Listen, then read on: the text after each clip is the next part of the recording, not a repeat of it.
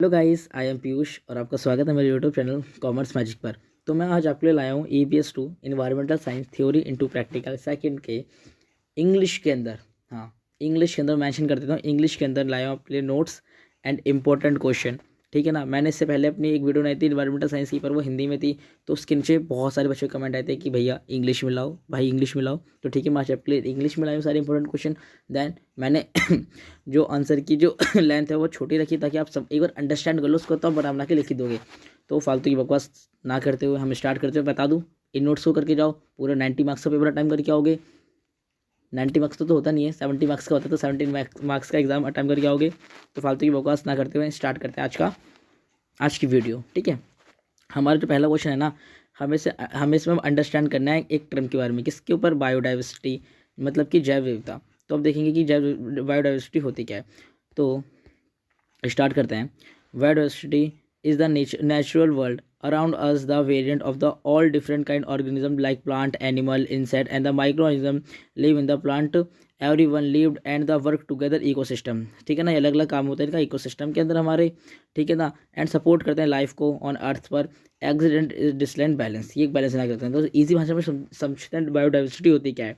हमारे अर्थ पर पाए जाने वाले अलग अलग जीव, जिसके अंदर पौधे, जानवर, पक्षी, कीट, सूक्ष्म बैक्टीरिया आते हैं, फंगस आता है, एटेक्सरा, ये सब आता है। ये सब हमारे क्या होते हैं, बायोडाइवर्सिटी होते हैं। ठीक है ना। और हाँ, उनके रहने के स्थान, उनका जो आवास होता है ना, शेल्टर, जैसे जंगल, नदी, समुद्र, ये सब इसके अंदर बायोडाइवर्सिटी के अंदर शामिल होते हैं। ठीक है ना। अगर हम सिंपल लैंग्वेज में कहें ना, तो जो प्रकृति हमें नेचर, प्रकृति में जो जीवन के हर रूप को बायोडाइवर्सिटी कहते हैं। ठीक है ना, समझिए ना।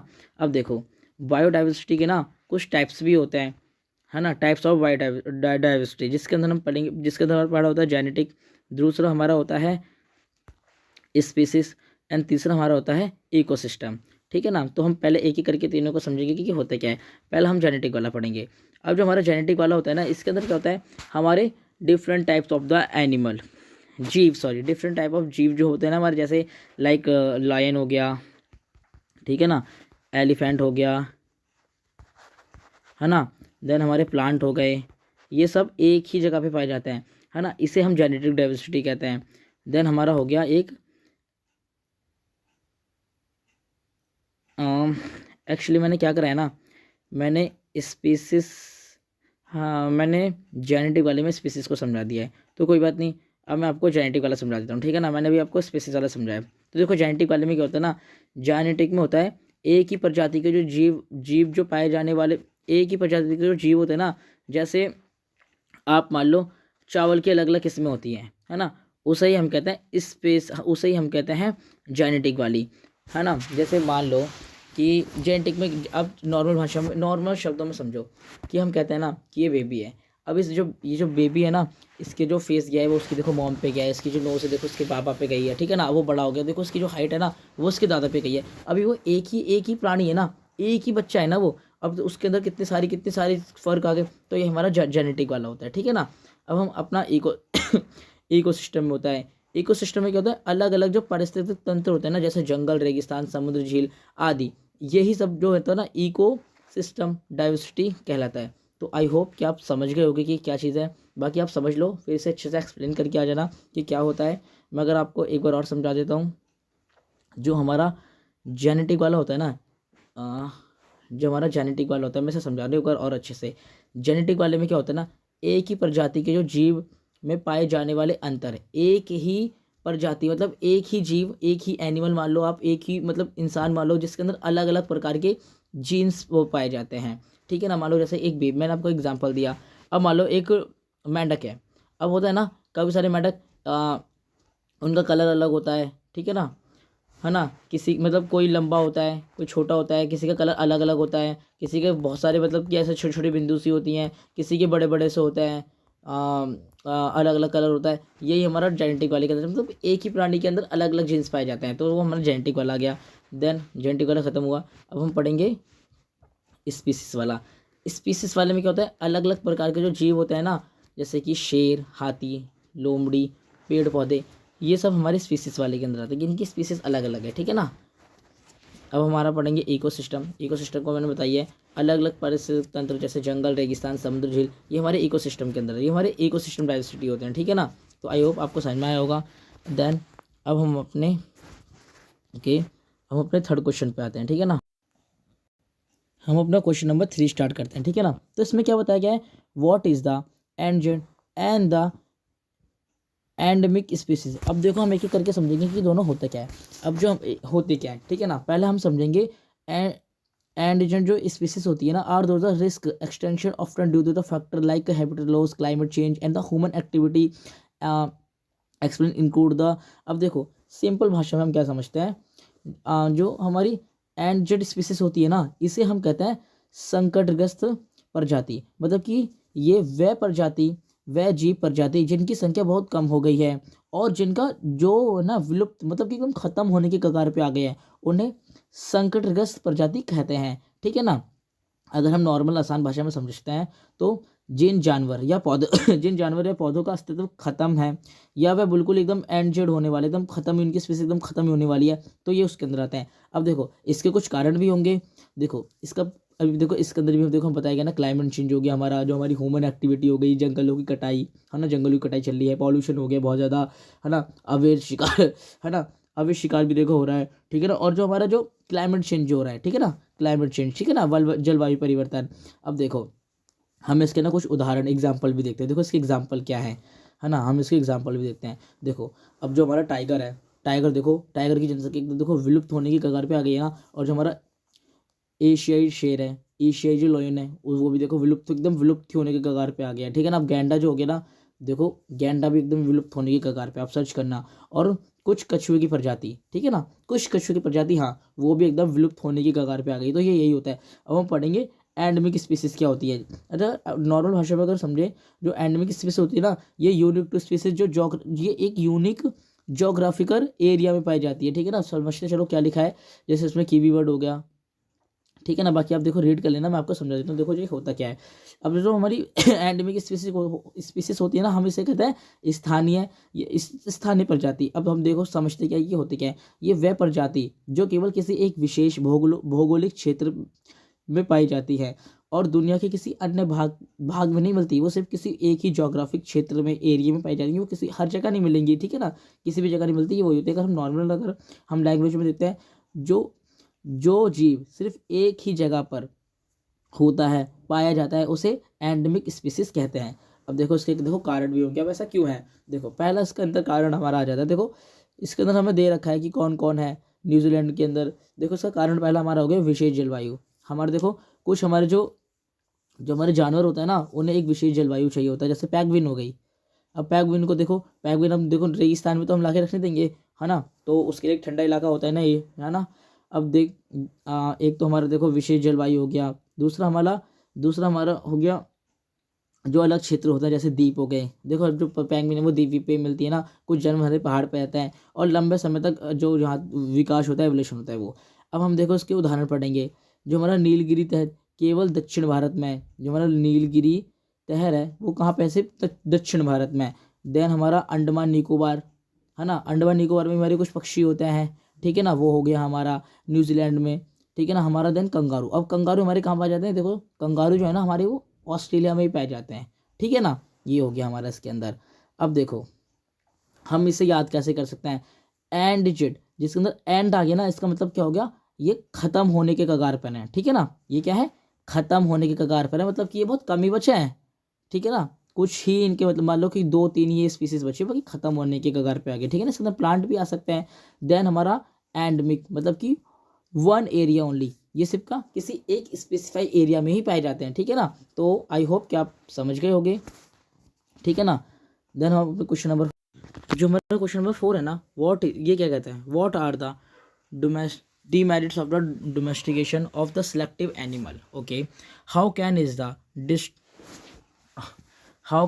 destock of the biodiversity. अब क्या है इसके अंदर, क्या है, कुछ ही चुनिंदा जो जानवर होते हैं ना, उनको सिलेक्टिव करना हमारे डोमेस्टिक एनिमल मतलब कि पालतू जानवर में, और इसके क्या क्या नुकसान होंगे हमारी बायोडाइवर्सिटी पे, तो हमें ये बताना है, ठीक है ना। देखो ये रीड करना कि ये क्या है। मैं आपको domestication of the selective animal can land the decreasation diversity with the population due to the selective breeding of the specified। देखो बेसिकली हम पहले पढ़ेंगे सिलेक्टिव डैम डेमोक्रेशन होता क्या है। देखो पहले क्या होता है इसके अंदर, जब मनुष्य कुछ चुनिंदा पशु प्रजाति जैसे कि गाय भैंस मुर्गी को अपनी ज़रूरत के अनुसार पालता है, ब्रीडिंग कराता है और बाकी पशुओं की अपेक्षा मतलब और जो बाकी बाकी पशु पक्षी बचे ना उन्हें इग्नोर कर देता है, सिर्फ कुछ सेलेक्टिव प्रजातियों का, ठीक है ना, डेमोक्रेशन कराता है, ठीक है ना। तो यही हमारा होता है। अब देखो इसके अंदर देखो जो गाय भैंस आ गई, अब मुर्गी आ गई, इनको तो देखो वो बहुत ज़्यादा इंपॉर्टेंट दे रहा है, इनकी ब्रीडिंग करा रहा है, पर बाकी जो और एनिमल बचे ना उनको वो एकदम इग्नोर कर रहा है। अब देखो इसके नुकसान क्या होंगे। अब देखो इसके अंदर क्वेश्चन के अंदर पूछा गया था ना कि हमें इसके हमें क्या बताना है, डिमेरिट भी बताना है डोमेस्टिकेशन के। तो देखो इसके हम डिमेरिट देखते हैं। अब देखो इसके डिमेरिट, इसके नुकसान क्या होंगे। पहले देखो इसका नुकसान होगा जेनेटिक डाइवर्सिटी में कमी होगी, केवल कुछ विशेष नस्ल को हम बढ़ावा देंगे, ठीक है ना, अन्य जो नस्ल होंगी वो धीरे धीरे क्या हो जाएंगी, समाप्त हो जाएंगी, ठीक है ना। देन हमारा जो आएगा, हमारा दूसरा आएगा वो हमारा होगा डिसीज़ का खतरा बढ़ेगा। अब देखो हम एक ही जैसे हम इस पे एक ही जैसे जेनेटिक वाले हम जानवरों को हम पाल रहे हैं, ठीक है ना। अब मान लो उसमें कोई बीमारी आ गई, अब देखो एक ही जेनेटिक है ना, अब एक में बीमारी हुई तो क्या होगा, पूरे में फैल जाएगी, तो जैसे क्या होगा वो पूरी ही उस डिसीज़ की वजह से सब ही खत्म हो जाएंगे, सभी जानवर एक जैसे जिन्स के होंगे, है ना। और कोई अगर बीमारी फैलती है है ना, तो वो पूरी पॉपुलेशन को प्रभावित करेगी। इसके लिए हम एग्जांपल ले जाए, जो हमारी फर्म होती है ना, इसके अंदर मुर्गी पालते हैं, अब एक बर्ड को हुई, अब क्या है वो फ्लू सब में फैल जाएगा और सभी खत्म हो जाएंगे, ठीक है ना। तो ये हमारा हो गया। देन हमारा दूसरा क्या नुकसान आ गया, हमारा इसके अंदर आ गया हमारा प्राकृतिक प्रजाति का पतन, है ना। इसके अंदर क्या होगा, डोमेस्टिक एनिमल के लिए हम जंगल ग्रासलैंड को और पानी का अधिक उपयोग करेंगे, ठीक है ना, जिससे क्या होगा हमारा जो हैबिटेट है वो नष्ट हो जाएगा। देन इकोसिस्टम इम्बैलेंस बनेगा, इससे क्या है हमारा इकोसिस्टम को भी इम्बैलेंस होगा, कुछ ही जानवर बढ़ेंगे और हमारी जो फूड चैन है और हमारी फूड वेब जो है ना वो डिस्ट्रॉय हो जाएगी। देन हमारा इसके अंदर इकोनॉमिक डिप्लेशन रिस्क भी बढ़ेगा। देखो हम जो है ना पूरा लाइव स्टॉक एक ही सेक्टर पे हो जाएगा, कुछ ही ब्रीड्स पर डिपेंड होगा। देन अगर कुछ भी अगर वो फेल हुआ, लाइक कोई फ्लू ही फैल गया जिसकी वजह से वो फेल हो गया, तो क्या है बहुत बड़ा नुकसान होगा हमारी इकोनॉमिक को, ठीक है ना। तो ये इसका एक कारण होता है। देन सिलेक्टिव डेमोक्रेशन बायोडाइवर्सिटी को ये जो है ना बायोडाइवर्सिटी को किस तरह से नष्ट करता है। देन हमें समझते हैं, केवल हम कुछ ही पशुओं का ब्रीड को अपनाया जाता है, बाकी जो वाइल्ड एंड लोकल एनिमल जो होते हैं ना, स्पीसीज होते हैं, हम उन्हें इग्नोर करते हैं, हम हैबिटेट लॉस करते हैं, ठीक है ना। जेनेटिक प्लस स्पीसीज जो डाइवर्सिटी होती है वो घटती है और इकोसिस्टम जो होता है वो हमारा बहुत ज़्यादा कमज़ोर होता है, जिससे क्या होता है हमारा बायोडाइवर्सिटी लॉस होता है। अगर हम एक सिंपल सा हम एग्जांपल लेते हैं, अगर देखो आप समझो, अगर पूरी ही दुनिया में सिर्फ एक ही नस्ल की गाय हो और अगर उस नस्ल को कोई भी बीमारी होगी, तो क्या हुआ, वो जो पूरी प्रजाति है ना वो क्या होगी, मर जाएगी भाई, वो पूरी की पूरी ख़त्म हो जाएगी, ठीक है ना। तो ये एक सा एग्जांपल होता है। देन आप समझ गए होगे कि मैं इस क्वेश्चन के अंदर क्या था। तो बस यही था कि देखो अगर हम कुछ ही किस्म के प्रजातियों को अगर हम पालेंगे, ब्रीडिंग कराएंगे, तो क्या होगा, उनकी ब्रीडिंग करवा रहे हैं। अब देखो गाय हो गई, भैंस हो गई, मुर्गी हो गई, ये तो हमें देखो बहुत ज़्यादा फायदा देते हैं, तो हम इनकी ब्रीडिंग करवा रहे हैं। बाकी जो प्रजाति उन्हें इग्नोर कर रहे हैं, है ना। ऐसी प्लांट में आ जाता है, हम कुछ ही प्लांट को जो हमें फ़ायदा देते हैं उन्हें तो हम लगा रहे हैं, बाकी सबको इग्नोर कर रहे हैं, तो क्या वो धीरे धीरे वो खत्म हो जाएंगे ना जिन्हें हम इग्नोर कर रहे हैं। तो बस यही होता है। और देखो अगर वो धीरे धीरे खत्म होंगे, जिन्हें हम इग्नोर कर रहे हैं वो हमें चलो फ़ायदा नहीं दे रहे हैं, पर बाकी हमारे इकोसिस्टम को तो फ़ायदा दे रहे हैं ना। तो उससे जिससे क्या होगा, हमारा जो इकोसिस्टम है वो इम्बैलेंस होगा, है ना, वो खत्म हो जाएगा, हमारा इकोसिस्टम बायोडाइवर्सिटी खत्म हो जाएगी। तो यही इस क्वेश्चन के अंदर बताना है, ठीक है ना। तो इसके आप डिटेलमेंट बहुत अच्छे से लिख सकते हो। देन हमारी जो क्वेश्चन होता है ना ये यहीं पर कंप्लीट होता है। हम अपने क्वेश्चन नंबर 5 पे आते हैं। ओके, तो जो हमारा क्वेश्चन नंबर 5 है उसके अंदर हमें क्या एक्सप्लेन करना है, इन सितु एंड एक्स सितु कंजर्वेशन को, किसके अंदर, हमारे बायोडाइवर्सिटी के अंदर। तो देखो हम पहले इन सितु के बारे में पढ़ेंगे। इन सितु कंजर्वेशन क्या होता है, जिसमें हम इस स्पीसीज को बचा के रखते हैं नेचुरल हैबिटेट में, ठीक है ना। देन हमारा एक्स सितु हो गया। एक्स सितु में हम आउटसाइड हम अपने नेचुरल हैबिटेट को बचा के रखते हैं। तो देखो पहले हम इन सितु कंजर्वेशन को पढ़ते हैं। देखो ये होता क्या है, देखो हमारे देखो पहले हम पढ़ते हैं कंजर्वेशन क्या होता है। कंजर्वेशन का मतलब होता है जो हमारा कंजर्वेशन है, कंजर्वेशन का मतलब देखो हमारा नॉर्मल भाषा में क्या होता है, किसी भी चीज़ को बचा के रखना, ठीक है ना, संरक्षण करना। जैसे हमारे पौधे, जानवर, है ना, उनकी प्रकृति आवास की रक्षा करना, ताकि वो भविष्य की जो हमारी फ्यूचर पीढ़ी है ना, उनके लिए बची रह सके, भविष्य के लिए बची रह सके। तो सही हम कंजर्वेशन कहते हैं, बचा के रखना, संरक्षण करना किसी चीज़ का, ठीक है ना। अब देखो इसे संरक्षण करने के देखो दो टाइप होते हैं, एक हमारा होता है इन सितु, एक हमारा होता है एक्स सितु। अब हम पढ़ेंगे पहले इन सितु के बारे में कि इन सितु क्या होता है, देन हम पढ़ेंगे अपने एक्स सितु के बारे में। देखो सिंपल भाषा में अगर हम पढ़ते हैं ना, इन सितु का मतलब होता है प्रकृति, नेचुरल जो हमारा प्रकृति स्थान है ना, उसका संरक्षण करना। तो देखो हम समझते हैं, जब जीवों को उनके प्रकृति आवास, नेचुरल हैबिटेट में रखा जाता है ना, उसे हम इन सितु कंजर्वेशन कहते हैं। जानवर और पौधे यहाँ नेचुरली रहते हैं ना, उनकी वहीं पर रक्षा करना, ठीक है ना, वो हमारा क्या होता है, इन सितु हमारा कंजर्वेशन होता है। हम देखो मैं तुम्हें कुछ एग्जांपल देता हूँ अपनी तरफ से, लाइक हमारे जो नेशनल पार्क हो गए, जो राष्ट्रीय उद्यान हो गए, हमारे टाइगर रिजर्व्स हो गए, ये क्या है, हमारे नेचुरली हैबिटेट है, ठीक है ना। अब देखो इसके कुछ बेनिफिट भी हैं। देखो इसके बेनिफिट क्या होंगे, पहले तो हमारा नेचुरल इकोसिस्टम, जो हमारा नेचुरल इकोसिस्टम है ना, प्राकृतिक इकोसिस्टम, वो बना रहता है, स्पेसिफाई रिलीफ होती है ना, और हमें रिस्पॉन्ड करती है वो, ठीक है ना। दूसरा ये हमारा लॉन्ग टर्म कंजर्वेशन इससे संभव हो पाता है, ठीक है ना। अब हम पढ़ेंगे देखो अपने एक्स सितु कंजर्वेशन के अंदर, इसके अंदर मैंने आपको बताया, देखो हम आउटसाइड इसका कंजर्वेशन करते हैं इसका। देखो हम प्रकृति स्थल के बाहर जब संरक्षण करते हैं ना, जो हमारा नेचुरल हमारा हैबिटेट है उसके बाहर, आउटसाइड हम उसका संरक्षण, किसी भी जीव का, पौधों का संरक्षण करते हैं ना, तो उसे हम एक्स सितु में क्या देते हैं। देखो जब जीवों को उनके प्रकृति आवास से बाहर, ठीक है ना, बाहर सुरक्षित करा जाता है, तो उसको हम एक्स सितु मेथड, एक्स सितु के तहत करते हैं, ठीक है ना। अब देखो जीवों और जंगलों को बाहर लाकर स्पेशल किसी एक क्षेत्र में उसका संरक्षण करना हमारा एक्स सितु कहलाता है, ठीक है ना। अब देखो उदाहरण के लिए एक्स सितु की भी देखो मैं तुम्हें कुछ एग्जांपल दूँ, जैसे चिड़ियाघर, जू हो गए, है ना, हमारा सीड बैंक हो गया। सीड बैंक में क्या होता है, हमारी जो अलग अलग तरह की जो सीड है, ठीक है ना, उनको क्या है, बचा के रखा जाता है। ये सब हमारे इसके अंदर होता है। देखो हमारे इसके फायदे क्या होते हैं, पहला हमारा होता है तो एंड जेड जो स्पीसीज है ना, जो एकदम खत्म होने वाले, मेरे को होता है ना एंड का मतलब जो एकदम खत्म होने वाली स्पीसीज है, उनको तुरंत बचाया जा सकता है इससे, ठीक है ना। देन हमारा इससे साइंटिफिक रिसर्च जो होती है ना, वो इससे संभव हो सकती है, हमारी इससे ब्रीडिंग संभव हो सकती है, ठीक है ना। अगर हम ब्रीडिंग करा के किसी को बचाना चाहें तो यही हमारा एक्स सितु एंड इन सितु होता है। देखो इसके कुछ और चीज़ के बताइए। देखो अब देखो इन सितु प्रकृति आवास के अंदर होता है, एक्स सितु के तो प्रकृति आवास से बाहर होता है, और जो हमारे इन सितु है वो पूरे इकोसिस्टम को सुरक्षित करता है, और जो हमारा एक्स सितु है वो केवल सिलेक्टिव स्पीसीज को बचा पाता है। उदाहरण के लिए देखो इन सितु का उदाहरण हो गया हमारा नेशनल पार्क, ठीक है ना, और एक्स सितु के एग्जाम्पल हो गया हमारा जू हो गया हमारा, है ना, हमारा सीड बैंक जो है हमारा, ठीक है ना, वो हो गया, ठीक है ना। और जो हमारा इन सितु है वो लॉन्ग टर्म होता है, एक्स सितु भी हमारा चलो लॉन्ग टर्म होता है, वो इमरजेंसी के लिए होता है, आपदाकालीन स्थिति के लिए होता है, ठीक है ना, हमारा एक्स सितु। देन यही हमारा क्वेश्चन नंबर जो 5 है ना, वो खत्म होता है। हम क्वेश्चन देखो, क्वेश्चन नंबर 6 में हमें एक्सप्लेन करना है हमारे बायोलॉजिकल डाइवर्सिटी एक्ट 2002 को। देखो इसके अंदर क्या था, आप रीड कर लेना, वीडियो ज़्यादा लंबी ना हो जाए, मैं डायरेक्ट आपको समझा दूँ। देखो इसके अंदर है क्या, जो हमारा बायोलॉजिकल डाइवर्सिटी एक्ट जो 2002 था ना, ये इंडियन गवर्नमेंट द्वारा बनाया गया था।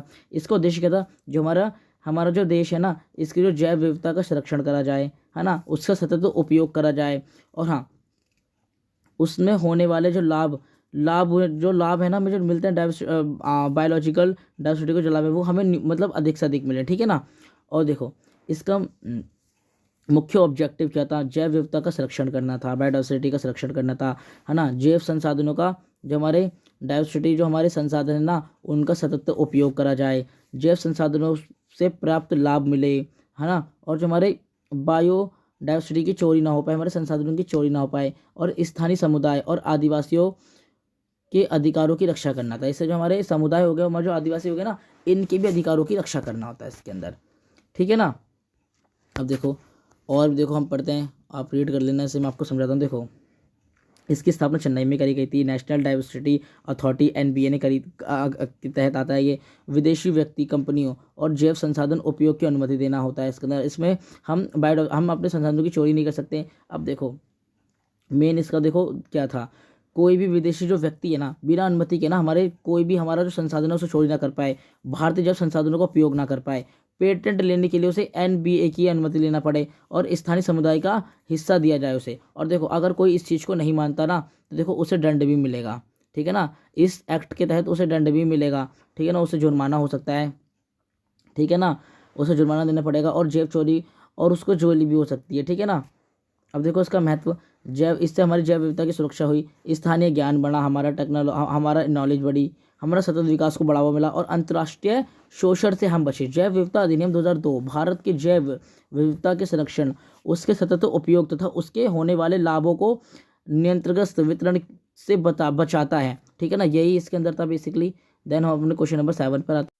देखो क्वेश्चन नंबर 7 क्या कहता है, why the diversity important of the human being, make a list of the advantage from the biodiversity. हमें देखो हमारे लिए जो जैव विविधता है वो हमारे लिए इंपॉर्टेंट क्यों है, हमारे ह्यूमंस के लिए, देन इसके कुछ एडवांटेज बताने हमें। तो देखो जो हमारा जो बायोडाइवर्सिटी है ना, जैव विविधता मनुष्य जीवन के लिए एक बुनियाद है भाई, बुनियादी चीज़ है, ठीक है ना, हमारे भोजन, स्वास्थ्य, अर्थव्यवस्था और पर्यावरण, ठीक है ना, ये सब इस पे ही डिपेंड है हमारी बायोडाइवर्सिटी पे, ठीक है ना। अब देखो इसके कुछ एडवांटेज है, मैंने यहाँ पे लिख रखा है, सपोर्ट इकोनॉमी को, हमारी इकोनॉमी को सपोर्ट करता है, मेडिसिन हमारी औषधि के स्तर को बढ़ाता है, ठीक है ना, हमें रॉ मटेरियल हमें प्राप्त करता है, जेनेटिक रिसोर्स हमें इससे मिलते हैं, ठीक है ना, कच्चा माल मिलता है, हमारे पर्यावरण को संतुलन बनाए रखता है, ठीक है ना, और हमारे पॉपुलेशन को रोकता है, जलवायु नियंत्रण करता है, ठीक है ना, हमारा जो क्लाइमेट है, इकोनॉमिक बेनिफिट हमें इससे मिलते हैं, ठीक है ना,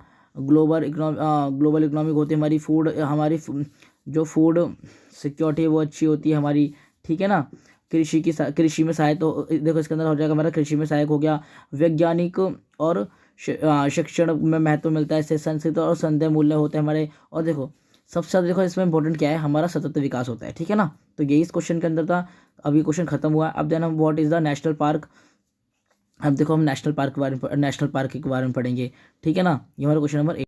देखो question number 8, what is the national park हमें क्या होते हैं, देन हमारे जो सेंचुरी थे हमें इसे एक्सप्लेन करना है। देखो यहाँ पे मैंने सब लिख रखा है, अच्छे से आप रीड कर लेना, मैं डायरेक्ट आपको समझाता हूँ। देखो ये होता है क्या है, आप यहाँ से रीड कर लेना से।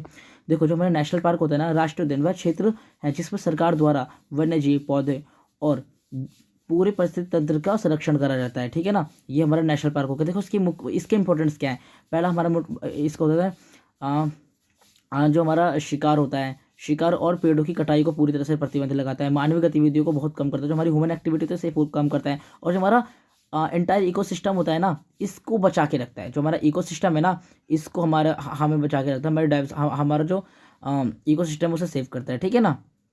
अब देखो इसके कुछ, अब हम पढ़ेंगे जो हमारी वाइल्ड लाइफ सेंचुरी है।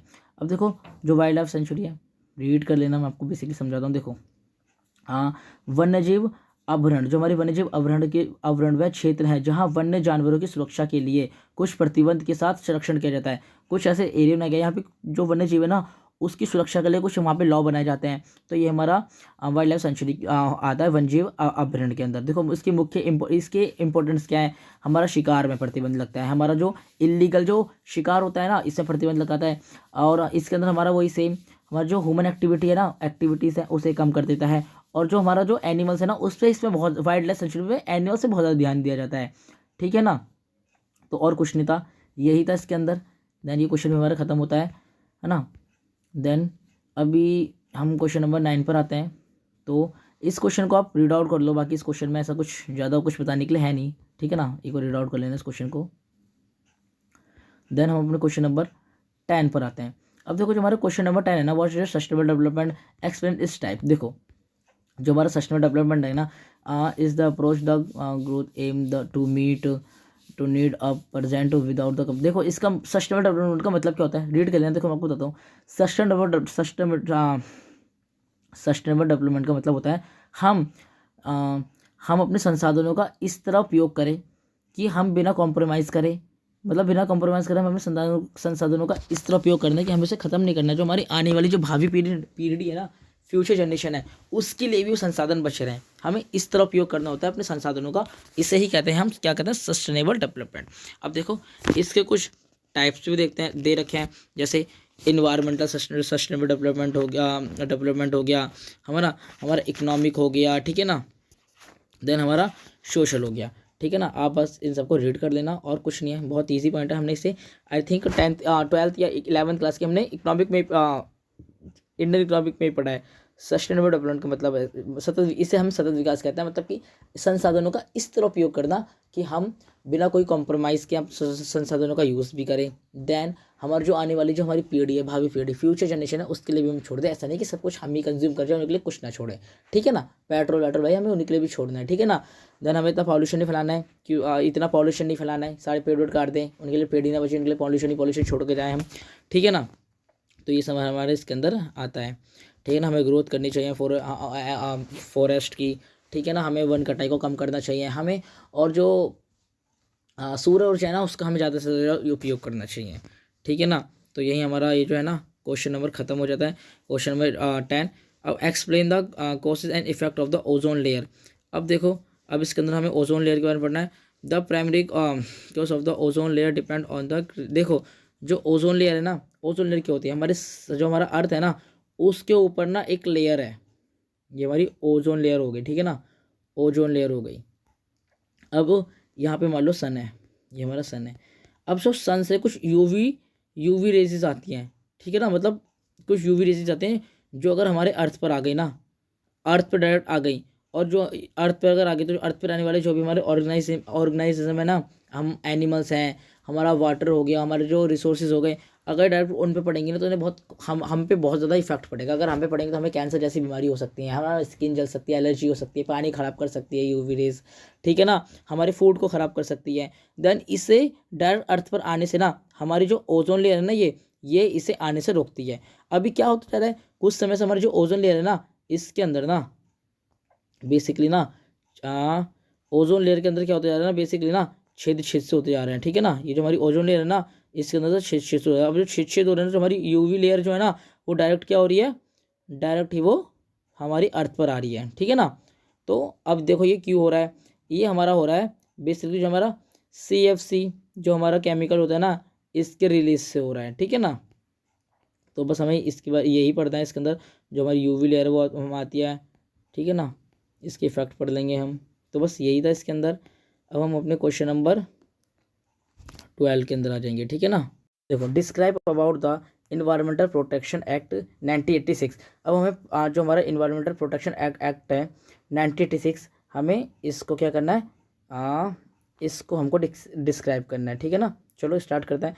जो हमारा द इन्वायरमेंटल प्रोटेक्शन एक्ट है, India aim the protecting improving environmental and the improve the central government take, जो हमारा इम्प्रूव करना है इन्वायरमेंटल क्वालिटी को, कंट्रोल करना है पॉल्यूशन को, है ना, हमें अपने रिसोर्स को बचाना है, ठीक है ना। अब हम पढ़ते हैं कि ये जो एक्ट है ना ये एक्ट क्या है, बेसिकली आप यहाँ से रीड कर लेना, बहुत ज़्यादा इजी लैंग्वेज में लिख रखा है, ठीक है ना। इसके लिए हमारा जो central pollution control board, then हमारा स्टेट पॉल्यूशन कंट्रोल बोर्ड, ये सब भी हमारा इसके अंदर ही बना था। अब देखो है क्या ये पर्यावरण संरक्षण अधिनियम जो 1986 है ना, ये भारत सरकार द्वारा बनाया गया एक कानून है जिसका उद्देश्य क्या है, पर्यावरण की सुरक्षा करना, है ना, प्रदूषण का नियंत्रण करना।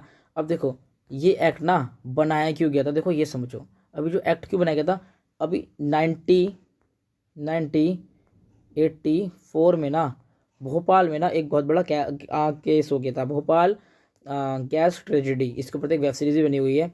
इसके अंदर क्या था ना कि एक केमिकल की वजह से, गैस की वजह से ना लाखों लोगों की जान चली गई थी। अब इसको ही देखकर ये एक्ट बनाया गया था, ठीक है ना। देखो इसका ऑब्जेक्टिव क्या था, पर्यावरण की गुणवत्ता की रक्षा करना। हमें पता इस ट्रेजेडी का तो हमें पता लग गया था भाई, अगर हम पर्यावरण की रक्षा नहीं करेंगे ना, बायोडाइवर्सिटी की रक्षा नहीं करेंगे तो भाई बहुत नुकसान होने वाला है हमें फ्यूचर में। तो उसके बाद ये एक्ट बनाया गया। इसका मुख्य ऑब्जेक्टिव क्या था, हमारा जो पर्यावरण है इसकी गुणवत्ता की रक्षा करना, है ना, वायु जल भूमि का भूमि पे जो पॉल्यूशन हो रहा है उसको रोकना, मनुष्य के स्वास्थ्य की सुरक्षा और जांच करना, खतरनाक पदार्थों का उपयोग ना करना। देखो यहाँ पे खतरनाक ही गैस का उपयोग करा गया था। और जो हमारी सस्टेनेबल डेवलपमेंट है ना इसको बढ़ाना, इसको बढ़ावा देना, इसे पुश करना, ठीक है ना। इसके कुछ की रिजल्ट्स क्या थे, इससे हमारा केंद्र सरकार को विशेष अथॉरिटी दी गई थी, ठीक ना, कुछ पावर दी गई थी सशक्त सेंट्रल बोर्ड को, पॉल्यूशन को, सेंट्रल बोर्ड पॉल्यूशन सेंट्रल जो हमारा बोर्ड था देखो क्या था, पर्यावरण मानक तय करना, प्रदूषण फैलाने वाले उद्योग पर रोक लगाना, जो पोल्यूशन फैलाता है, खतरनाक उद्योग को बंद करना, एकदम ठप कर देना भाई। जो ज़्यादा केमिकल का यूज़ करेगा ना उससे तो एकदम बंद कर देना भाई। तुम बिजनेस नहीं कर सकते, तुम कुछ बिजनेस नहीं कर सकते यहाँ पे। प्रदूषण नियंत्रण करना, वायु जल ध्वनि प्रदूषण को नियंत्रण करना, ठीक है ना। और जो खतरनाक पदार्थ होते हैं ना उनका तो एकदम मना ही कर देना भाई, ये सब तो नहीं कर सकते। और हाँ, जब भी वो ना माने ना उसके बाद तो भाई उन्हें दंड दे देना भाई, तुम जेल जाओ या तुम जुर्माना दो, ठीक है ना। तो ये था 5 साल तक की इसमें जेल हो सकती थी, है ना, या फिर और जुर्माना भी हो सकता था 50 से 5 लाख तक का, या फिर दोनों भी हो सकती थी, ठीक है ना। और देखो इससे क्या हुआ, इससे देखो कुछ फायदे भी हुए, हमारे पर्यावरण की रक्षा हुई, मानव जीवन में स्वास्थ्य की सुरक्षा हुई, है ना, पर्यावरण जागरूकता में वृद्धि हुई हमारी, ठीक है ना। बेसिकली कह सकते हैं पर्यावरण संरक्षण अधिनियम 1986 भारत में पर्यावरण की रक्षा के लिए बनाया गया था, एक महत्वपूर्ण कानून है। इसका उद्देश्य प्रदूषण को नियंत्रण करना, पर्यावरण की गुणवत्ता बनाए रखना और मानव स्वास्थ्य की रक्षा करना इस अधिनियम के अंतर्गत आता है, जो केंद्र सरकार और राज्य सरकार सॉरी दोनों देखती हैं, ठीक है ना। तो यही हमारा एक क्वेश्चन जो है खत्म होता है।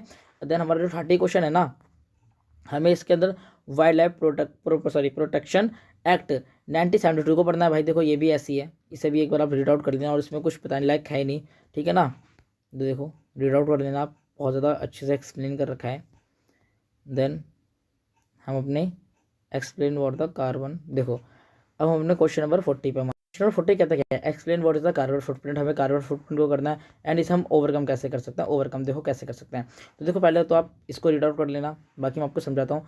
देखो कार्बन फुटप्रिंट क्या होता है, हाँ, कार्बन फुटप्रिंट का मतलब है कोई ऐसा संगठन, कोई ऐसा व्यक्ति जो वातावरण में कुछ ग्रीन हाउस गैस को इफेक्ट करने वाली जो गैसेस को छोड़ता है, डायरेक्ट इसके अंदर मेनली CO2 आ जाती है, कार्बन डाइऑक्साइड, इसको छोड़ता है ना, तो सही हम क्या कहते हैं कार्बन, इसे ही कहते हैं कार्बन फुटप्रिंट।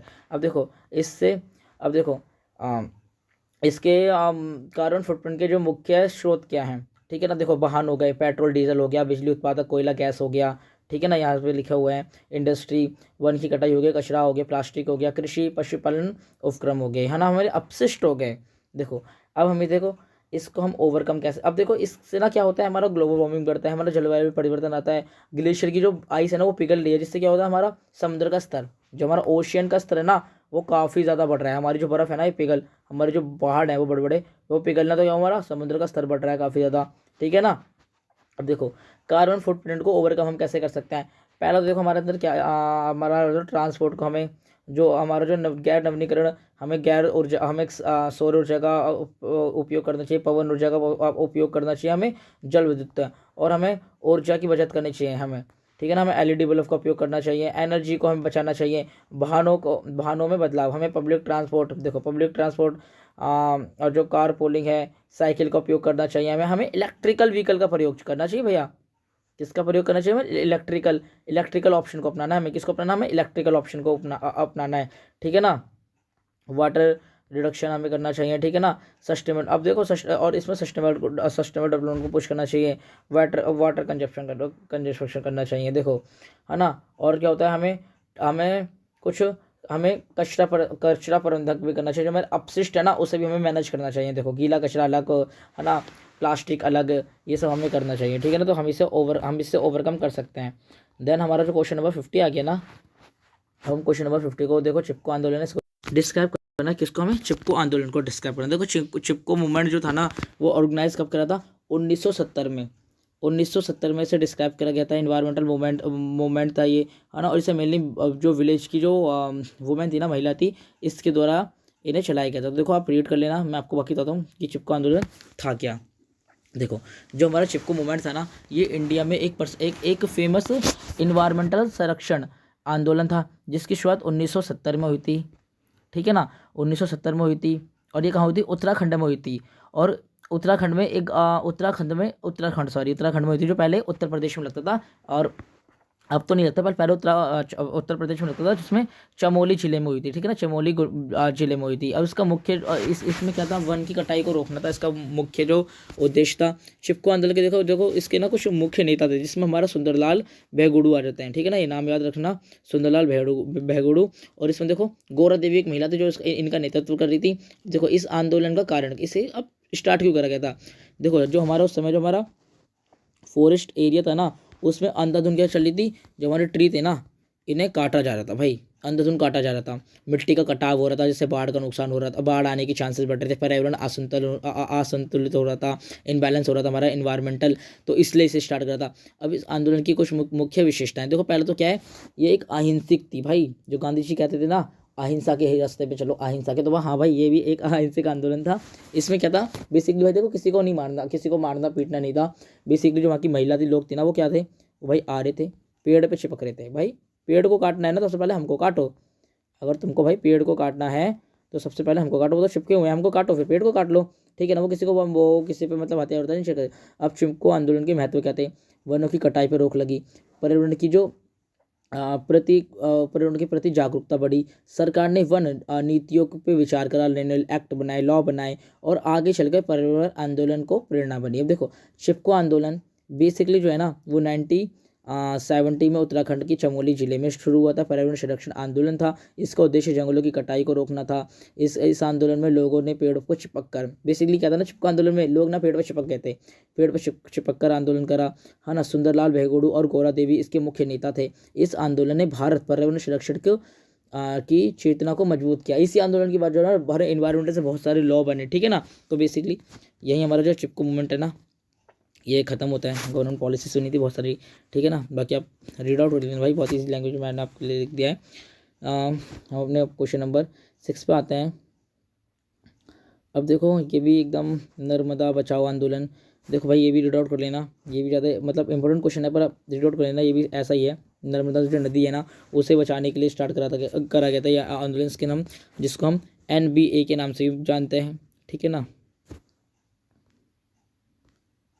देखो क्या था, नर्मदा बचाओ जो आंदोलन था ना, भारत का एक प्रमुख पर्यावरण और सामाजिक न्याय आंदोलन था। इसकी शुरुआत देखो 1985 1985 में करी गई थी। इसकी जो इसकी स्टार्टिंग था, और 1986 के आसपास तक चला था। इस आंदोलन का जो मुख्य उद्देश्य था ना, नर्मदा नदी को बचाना था, और बाढ़ है ना पर्यावरण नुकसान जो हो रहा था ना, उसको रोकना था स्थानीय लोगों द्वारा। आंदोलन का देखो अर्थ क्या था, नर्मदा बचाओ का मतलब है नर्मदा नदी, पर्यावरण और वहाँ रहने वाले लोगों की रक्षा करना। नर्मदा के प्रमुख नेता कौन थे, मेधा पाठक थे, बाबा आमेर थे, ये सब। और आंदोलन आंदोलन के मुख्य कारण क्या थे, बड़े जो बांध से हजारों गाँव का डूबना, जो बड़े बड़े बांध थे ना, उनसे हजारों जो गाँव थे ना, वो डूब जाते थे, ठीक है ना। आप देखो यहाँ पढ़ देना, देखो जो लार्ज डैम्स थे उनके कारण, ठीक है ना।